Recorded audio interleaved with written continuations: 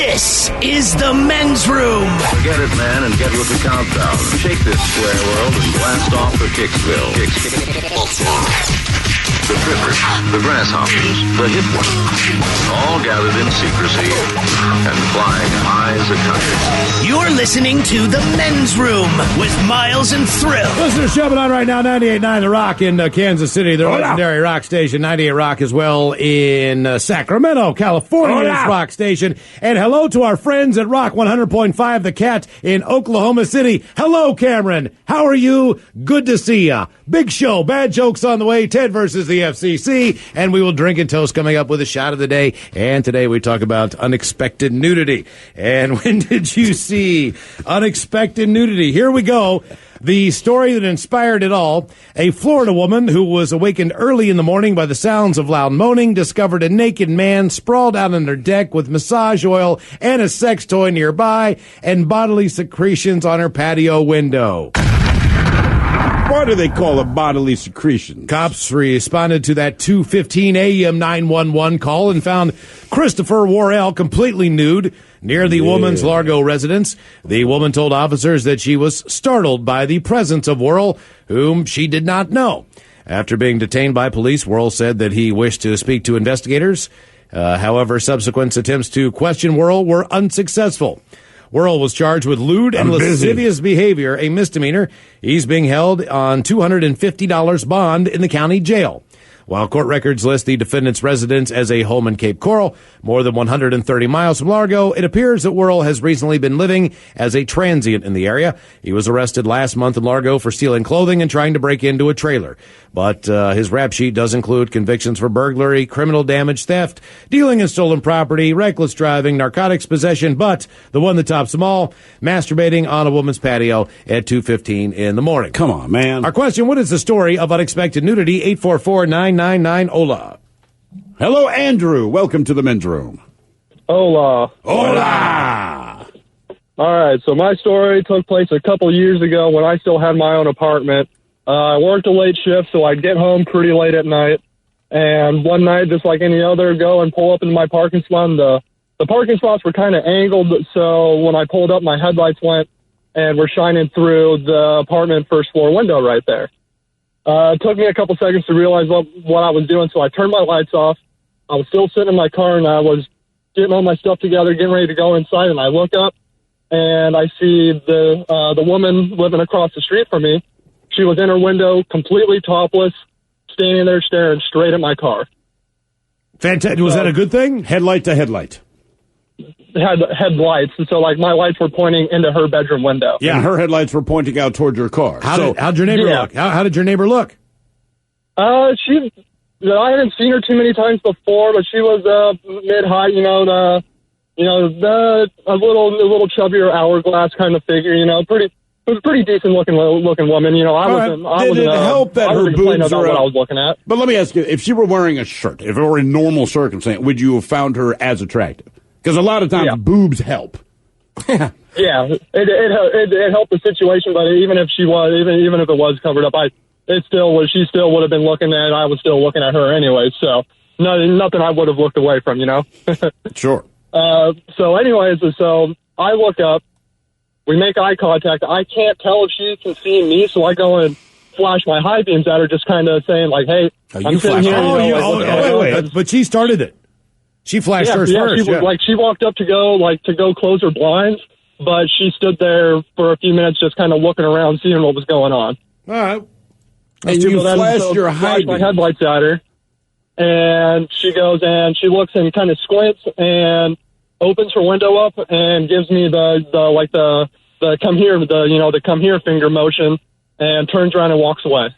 You didn't go knock on the door?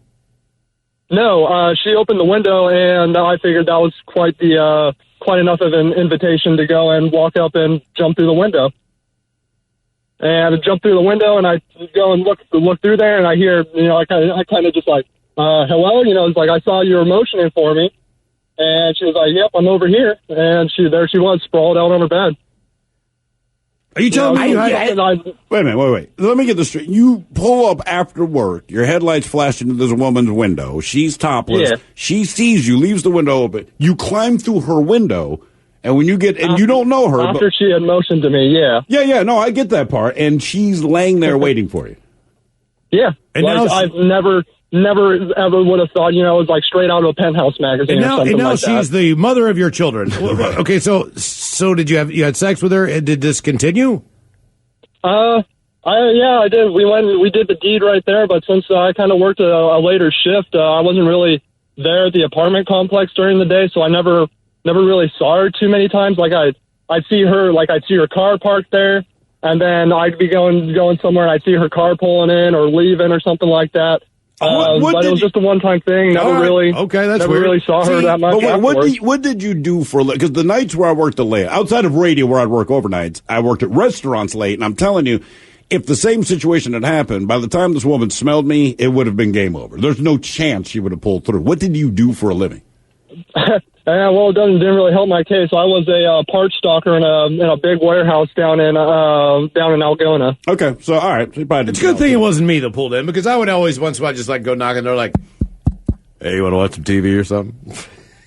Who does that happen to? Right, so I'm saying, like, I'd be like, "You hungry, man? I'm hungry. You want to go get some food?"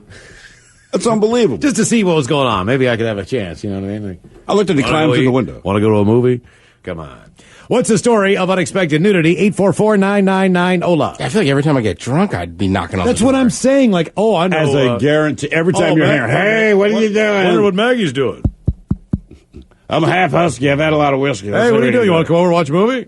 Watch a movie. I have popcorn. Yeah. It wouldn't be one. I'm inviting you over to have sex. That's we can what I'm put a saying. movie on. Whatever I would say. Do I need to say that? Hey, man, you want some chili? Yeah, you still got to say Whatever that, I got right? going on. Well, I don't know. She not just after fingered him that. or invited him over to come hither. Yeah, I was doing the finger motion. Right. No, I got you. Here, Man. sorry. I follow it. So, right.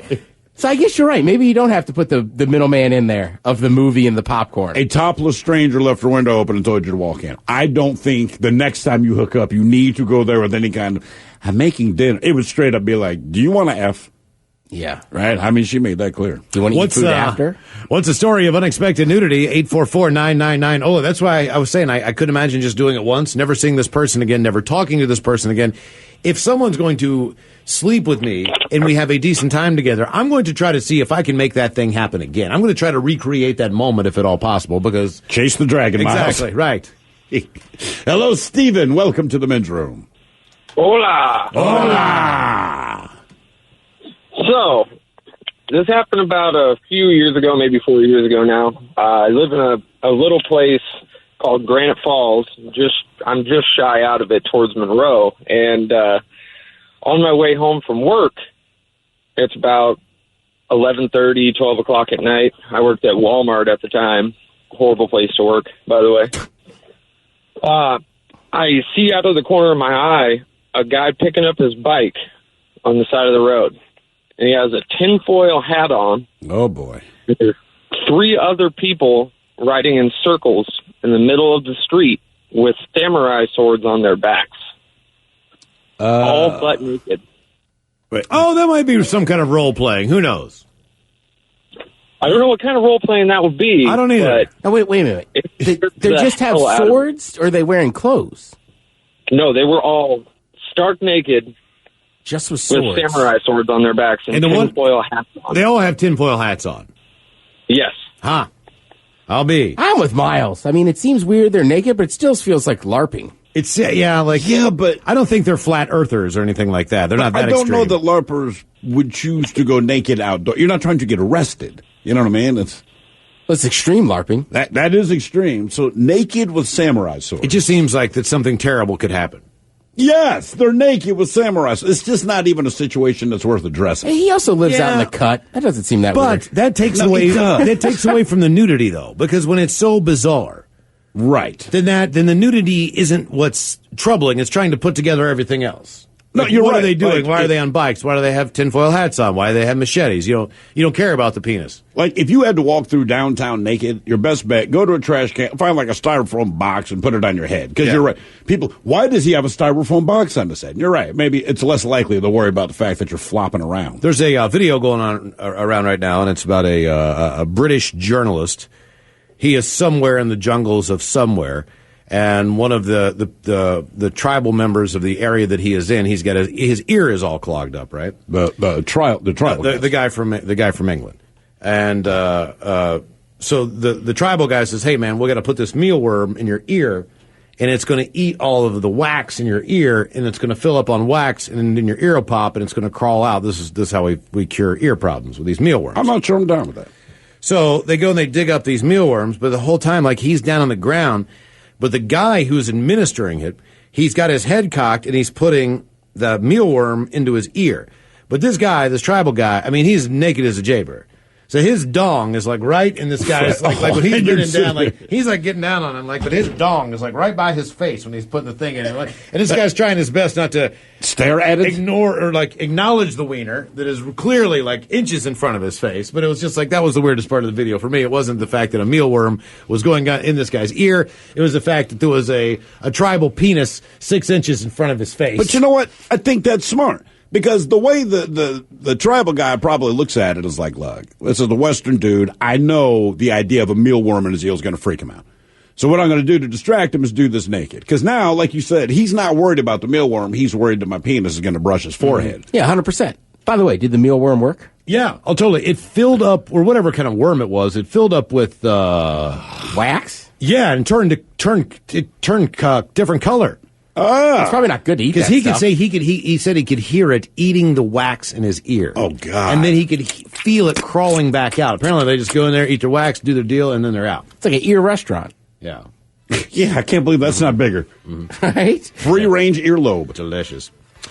Our question: what's the story of unexpected nudity? 844-999. Ola, more your calls coming up. You are listening to the Men's Room Radio Network. This is the Men's Room with Miles and Thrill. Still to come, the exciting return of Ted versus the FCC. Bad jokes on the way, as well as the drunk in charge Ryan Castle will be in the kickoff. Bad jokes coming up right before we drink a toast with the shot of the day. Our question today: what is the story of seeing unexpected nudity? 844-999 Ola. We got a couple of comments that came in. I'll share a few of them with you. Says, I showed up to a party early. Traffic wasn't as bad as expected. I knocked, walked in. Well, my buddy obviously didn't hear me. He was on his couch in widespread glory. Took a picture with a buddy of mine, asked to see said photo. Turns out he had a picture on the screen of him holding his torch fully lit. Not sure why that picture was up. Don't really care. Never really looked at him the same anymore. I have an unexpected masturbating story. Thank God. We were hoping for that. I was on a crosstown bus super early one morning, and a guy got on at the ferry terminal. After taking a seat, he turns to me and asks, "Do you mind?" And then proceeds to release his excitement, so to speak, and then beat his D like an Iraqi prisoner. I got up and moved to the back of the bus. Oh, I've got big boobs. And I got big boobs at an early age. So in 8th grade, I jumped in the pool, my top flipped up, and out they were. 2 boys saw it, and for the rest of the school year, every time they saw me, they said, it's tea time. Oh. I was tubing down a river in Phoenix, Arizona. Some lady's yelling at a log in a sleeping bag, accusing it of cheating on her. She then proceeds to take off her dress with nothing underneath and throws the dress into the river. There's about 12 of us tubing together. Good times. Let's see. I'm a caregiver for elderly people, and a couple of weeks ago, I caught my 80-something-year-old client stroking his pickle. That was a little unexpected. And then there's this one. We were talking about the guy. He called and said, I guess, he's doing whatever for a friend, and a crazy old lady on the other side of a fence hops over. She's naked, her boobs hanging out, ruins boobs for him for quite a while. This one says, I was about 8 years of age, and this older chick showed me her pubic hairs. It was very coarse, dark, and nappy. Oh. But she made my summer. Oh. Right? It's just that easy, man. Okay. So the story goes, when Ben started taking naked pictures in front of iconic London landmarks, he wasn't just doing it for fun. The 36-year-old suffers from a devastating sexual condition that leaves him unable to have an orgasm. Wait, what? So why does getting naked and staring at, say, Big Ben? After years of struggling to come to grips with his condition, which he admits has ruined past relationships, Ben decided to start a blog and use his naked pictures to get people's attention. Under the name The Naked Professor, Ben hopes to get people talking about the condition known as delayed ejaculation in the hope that it helps others with the same problem. So, wait, he can get aroused. He can't what?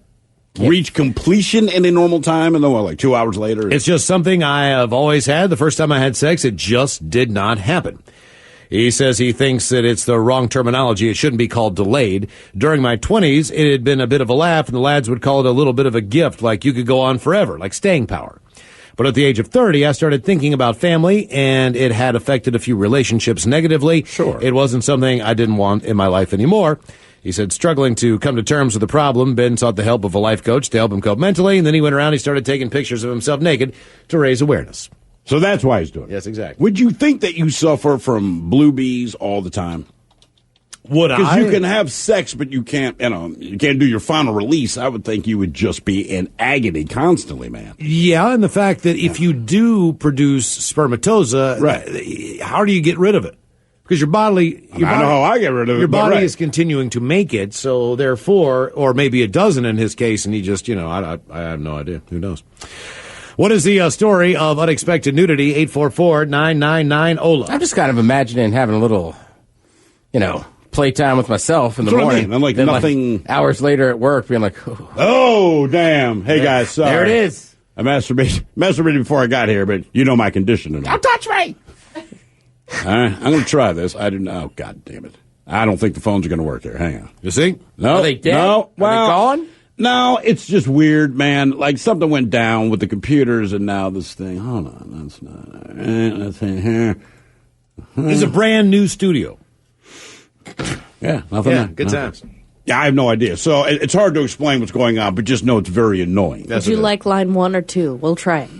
I don't know. Look, here's the problem. All right. So Mike Hawk is out today. We got Cooper, who I call Cooper. Cookie. You're doing a good job back there, by the way. He's doing a fine job, but something has gone down with the computer. All right. So he's fielding these phone calls, and then in theory, he will send those names to me here, so I know who's on the line. Right. No big deal. I ran in there during the music break and just wrote the names down on a piece of paper.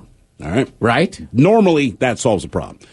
Instead, for whatever reason, his computer, and he has answered the calls. I physically have watched him do this. So his computer screen has the names of everyone who is now on hold, and it is quite an extensive collection of people on hold, and I swear to God, we're trying to get to you, but my computer is not recognizing that these calls are on hold. So I can't break through. Robin can punch him up. I punch up line 1 and see if it's Matt. Go ahead, punch up line 1. Not yet. Not yet. Oh, that's a tease, Robin. Dang, That's messed up, man. I thought Robin had that taken care of. No, that was a setup. You see what she did? It's like Mike with his, I'll tell you an hour from now kind of thing. Yeah, no, working on it. I could do this.